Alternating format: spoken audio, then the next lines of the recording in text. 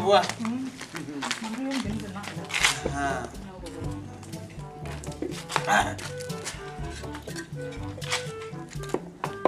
Sehingga apa benar? Lep, Erizam hamlin mazamna. Juzi pun nanti bekas apa ya weh? Nah, Erizam tabala kongo borro. Malah pasti besar tere kole. Yung bedang kakak. Mulai, ngomong. Kalau gua jamin. Rom. Ndek kamu yang mandar TV. Oh, baru. Wah, tak pernah tuh deh. Una, ndey, via. Metti doke. Ta, e patata la bolle.